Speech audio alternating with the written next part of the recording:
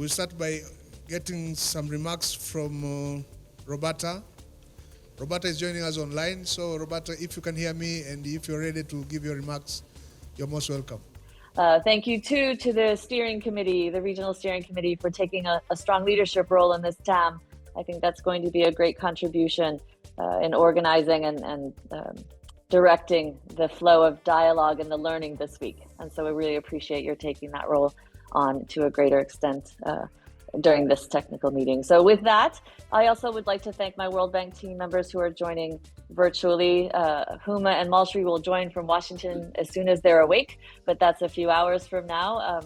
So we will see them online soon. And just so that you all in the room are aware as well, I think most of you who are directors and leaders of your ACEs know this, but because we couldn't be there in person, because a lot of our fiduciary and safeguards teams couldn't be there in person, we have scheduled a week of follow-up meetings next week as well to be able to coach you through more of the technical details of the closing of the project so that you won't feel like you didn't get focused attention, which we would have done in person were we able to be in Uganda, but we are doing them directed towards each of your centers next week. And so we're trying to compensate for what we know is a challenging loss of our presence in the room. So thank you all again. Thank you to the steering committee, vice chancellors, the directors of all the centers for being able to travel to Uganda, for taking part in this mission, and for all the learning that's going to come this week. And we will be virtually with you the whole way.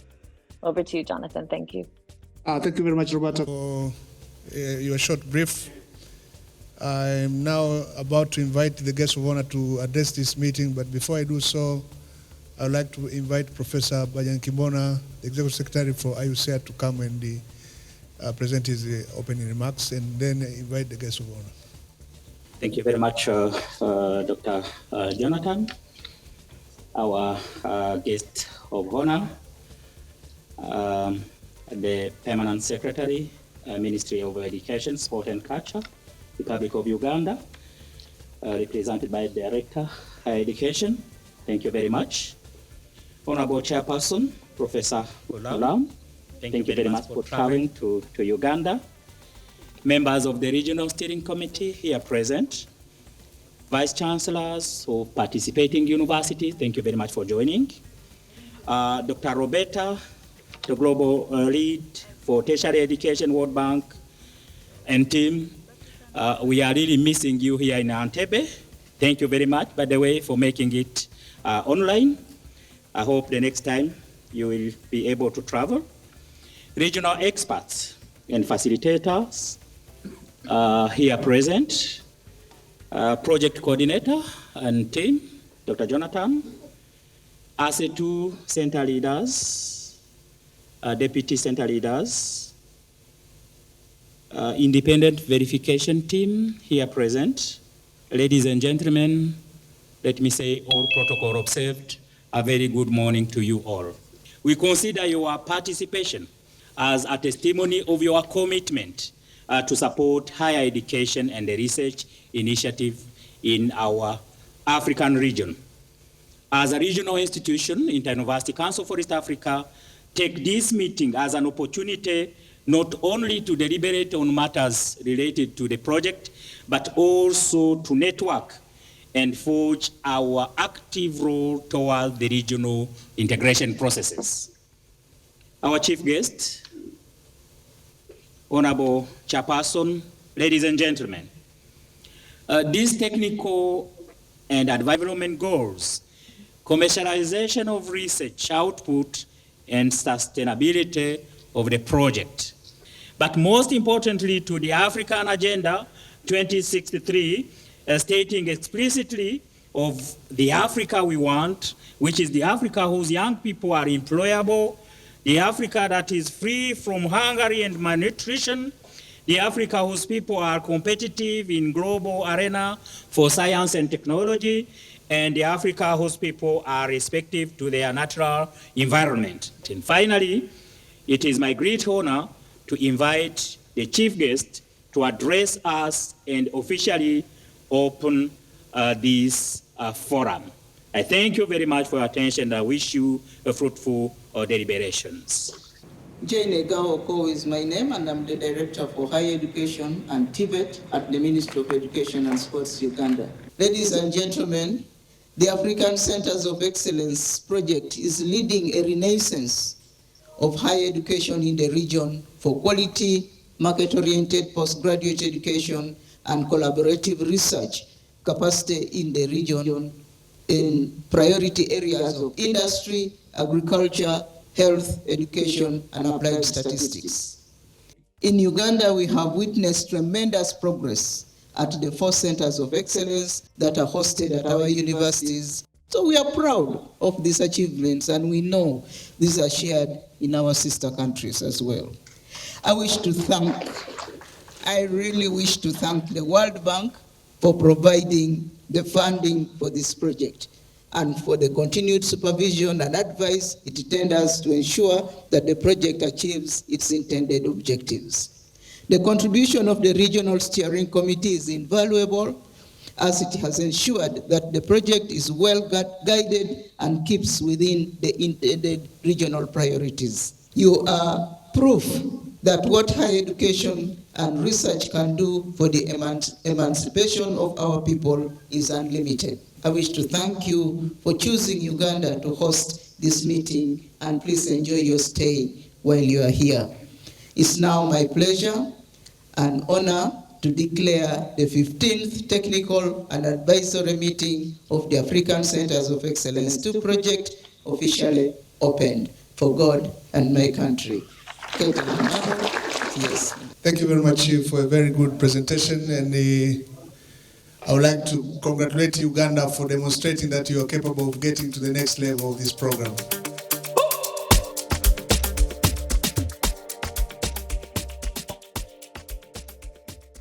To our esteemed panelists for their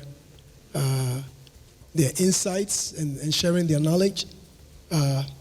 We want to wrap this up, but before we do that, we want to take maybe 3 comments or questions from the audience. Research is not commercial. Many countries in Western Hemisphere pay a lot of money, which is grant. So we need to change policy in the countries to allow philanthropists to get tax rebate and other benefit from supporting research, development, and innovation. When you get a product, you almost get 50% of your KPI. Let's say if it's 100, by coming up with a viable product, you get 50%. By patenting, you get 25. So publication got the lowest mark because it's easy to publish. Anybody can publish. As one of the panel said, research are being done, but they are being shelved. Now let us take about 2 research, which of high quality.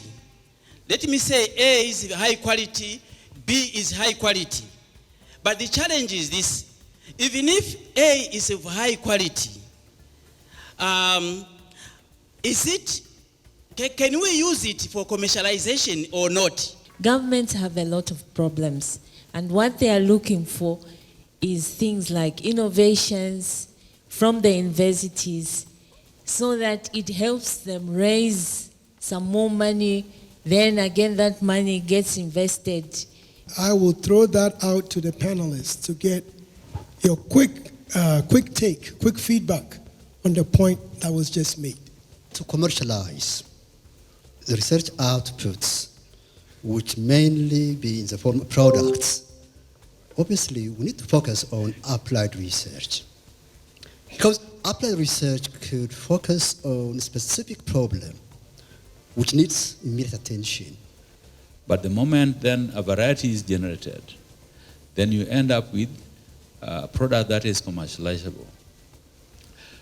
If we focus 100% on only commercialization of research products, we would lose the knowledge that we need to inculcate and also pass on to the generations to come.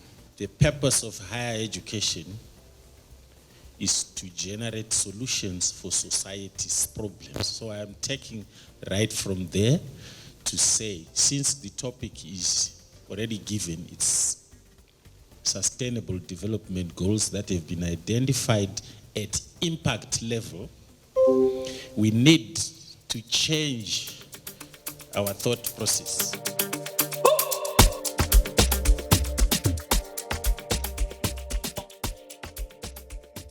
So we basically want to look at get your perspectives on why commercialization is so critical, the benefits and the opportunities, the challenges. There are always challenges with commercialization. There are immense benefits by academia working with industry, and this will, of course, spur economic growth, socio-economic, and also ecological progress, as well as also assisting as far as regional integration is concerned.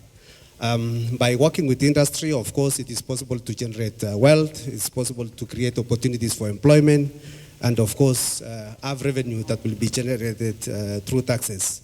Although Nelson Mandela is supposed to be Academy for Industry and Society, yet we didn't have any documents, any policy, any tangible tools. Human capacity on incubation was non-existent. For sure, for the success, we need an urgent paradigm shift. And this is in terms of our mindset, strategy, research focus, the partnership between industry and academia, IP policies, and also involving government in whatever we do. As Jonathan said in the morning, the industry are not aware of what we are doing, and we didn't have the capacity to engage them. But because of this incubation center, we convinced them, and they came on board, and some of them actually took our student for internship.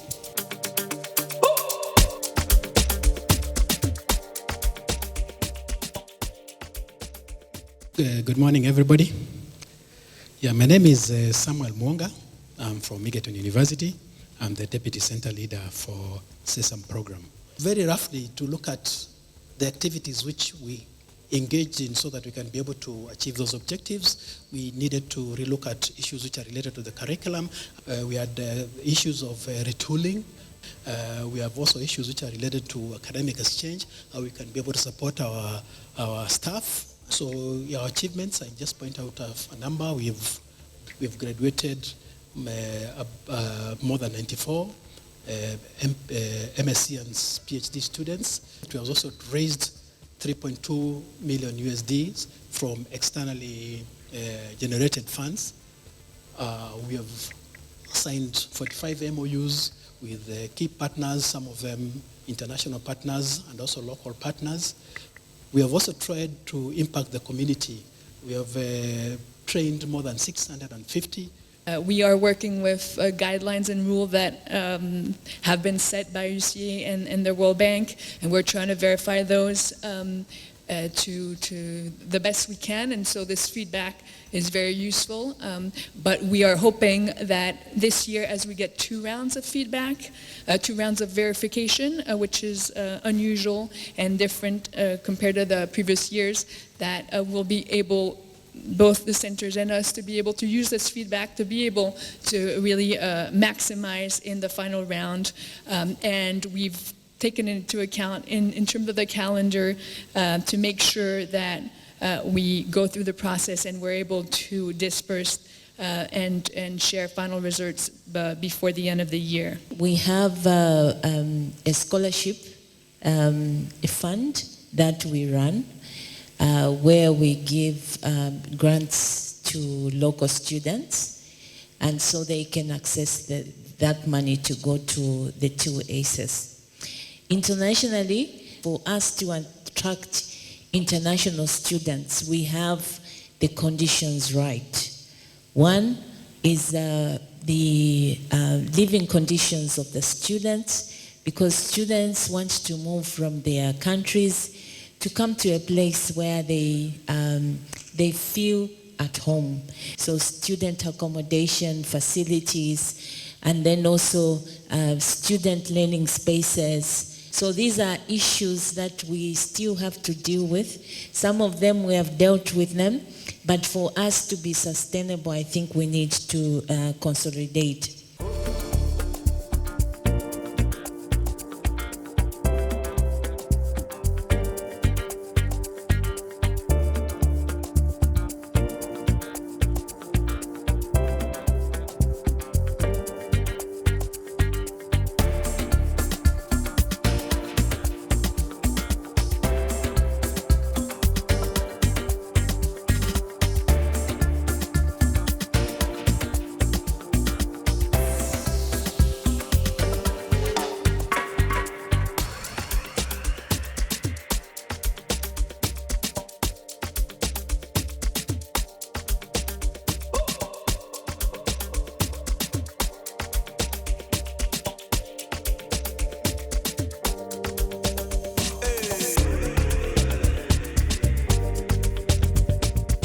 would like to thank the World Bank for the support in this project. Would like to thank the Inter-University Council for East Africa that's managing the regional project. We thank the Regional Steering Committee that does a lot to ensure that the project remains on course. We thank the National Steering Committees, but most importantly, we thank the African Centers of Excellence, the scientists and experts down there that actually deliver these results. We are very proud of them. Very useful meeting. Some very interesting progress reports were received from some of the ACEs. You can't cover 24 ACEs all the time. And I think today's session, the session in the morning, was extremely interesting when we're talking about the sustainability of the ACEs as well as any interest in future projects, continuation of the project, of the ACE project.